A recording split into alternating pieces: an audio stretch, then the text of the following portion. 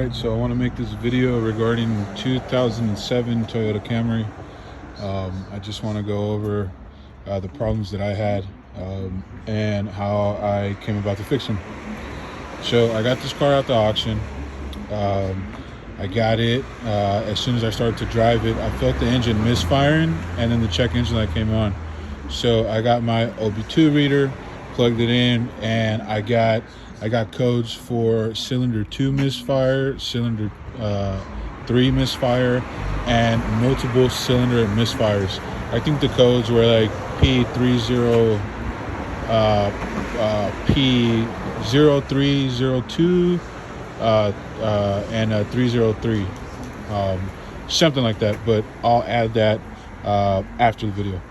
So with that information regarding cylinder 2 and cylinder 3 misfire, I dug in, and here's what I found. So running the car, I did smell a coolant smell,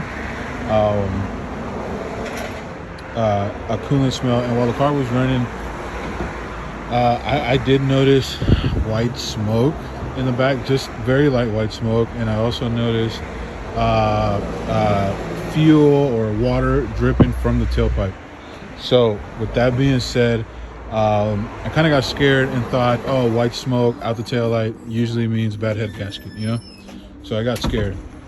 And I thought it was a bad head gasket. So kind of came in here thinking it was a bad head gasket. I wanted to see what can I do to rule out the head gasket, or find out if it was the head gasket. So what I did was I ran the car. I checked the coolant in the radiator. Right, it was a little low, so I filled it up. So generally, when you have a head gasket leak, the pressure that builds up inside the engine wants to escape through that head gasket and ends up going into your cooling system, and then the air wants to escape, so the air ends up going into your cooling system, travels through the radiator hose back into the radiator, and the pressure escapes through here. So you get this bubbling from here, or either your radiator cap, right? Hope that makes sense. Pressure in the cylinder escapes through coolant tunnels, runs all the way back, and escapes through here or through coolant reservoir tank. So you would see bubbles, you know what I mean? You'd see bubbles here or there. That means that there's air going into the cooling system and then back through here through the radiator.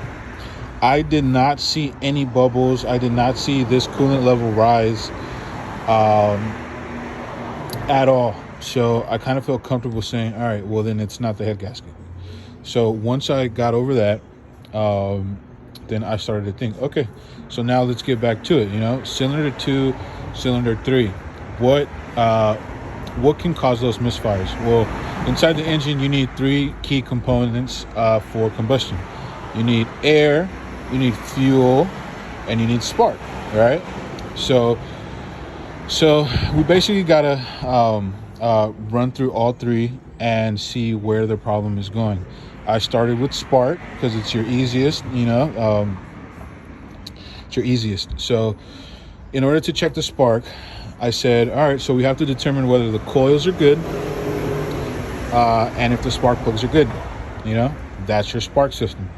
So what I did, oh, and by the way, I just labeled these 1, 2, 3, 4 just for your sake, just to kind of help me explain this. So I came to cylinder 2, right?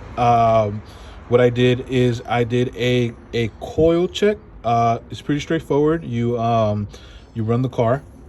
You have the car on, and you disconnect the coil. If you disconnect the coil and your car starts running a little bit slower, if the RPMs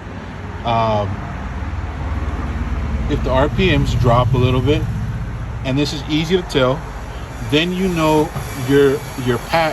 coil is working correctly, because you've disconnected it, and then the engine starts running funnier, right?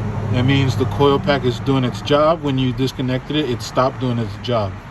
So I turned on the car, disconnected this, and the engine started stuttering, which means my coil pack is working correctly.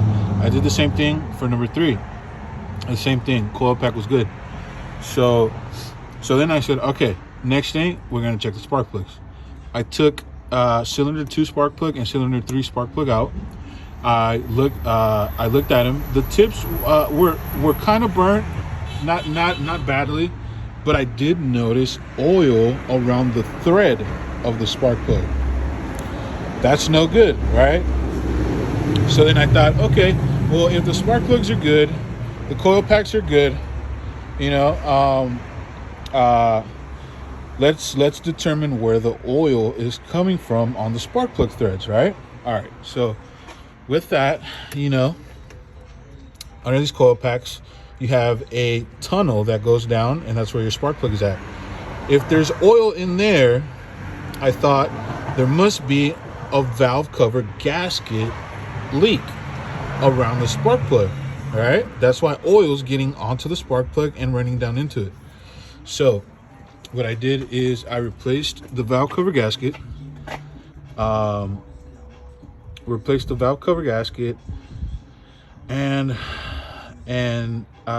the spark plugs. And as I did that, I checked the PCV valve. So your PCV valve is here. Your PCV valve is your what is it? Pressure crankcase valve or something like that. But what this valve does is it relieves too much pressure from the engine. I'm not a certified mechanic. I'm just a passionate DIYer, so excuse my terms. But yeah, so I noticed that the PCV valve was gummed up, right? When your PCV valve is good, you can take it out, you can shake it, and if you hear the valve inside rattling nice and smoothly, then it means your PCV valve is good. The one that I removed, it was shaking inside, but you can tell. Excuse the Harleys. So the one I took out, when you shook it, it sounded like it was gummed up. There was a lot of oil in there, and you can actually tell. I looked at the end of it, and there was a bunch of oil crud in there. So I replaced that. While replacing that, I noticed that the PCV valve hose was ripped, and it was leaking here. So I had a leak here, right? And that in turn, that leak can potentially cause that misfire because you're getting excessive air, or your air balance isn't correct because of that leak, right? So here's what I think happened. I had the oil leaking here, the spark plugs had oil, and then the air leak through here. The engine was getting more air than it needed, and the computer adjusted for that and added more fuel, or vice versa. Maybe it was running lean, I don't know, but the air, something was wrong, something was off. Anytime you have an air leak, vacuum leak, it's bad. You got to fix it, because that can affect your engine. So I went ahead and replaced the PCV valve, replaced the spark plugs, and I put new coils in, and the new valve cover gasket. So now I have no more oil leak because I have a new gasket. I have no more air leak because I fixed, I replaced the gummed up PCV valve and the ripped hose. So I have no more vacuum leaks. I have no more oil leak here, and no more oil leak here because I did have a bunch of oil here, like old oil. So I got all that. Then I went to go start the car, and Lord behold, no more misfire. So I reset the computer. I drove it about 30 miles so far, and the computer's finished resetting, and I don't have a check engine light on yet. So that's great news. The car is running as it should. No check engine light, no misfires. So yeah, excuse my rambling and my bad filming. This is my first video. So yeah, that's what happened to me. I hope this kind of helps you. So if you have any questions, go ahead and shoot me a comment or send me a message or something, and I will get back to you. Like I said, excuse the raw filming and the bad speech and all that. I'm just starting these YouTube videos. I just started buying and selling cars from the auction, so every car that I get almost most of the time has some kind of problem.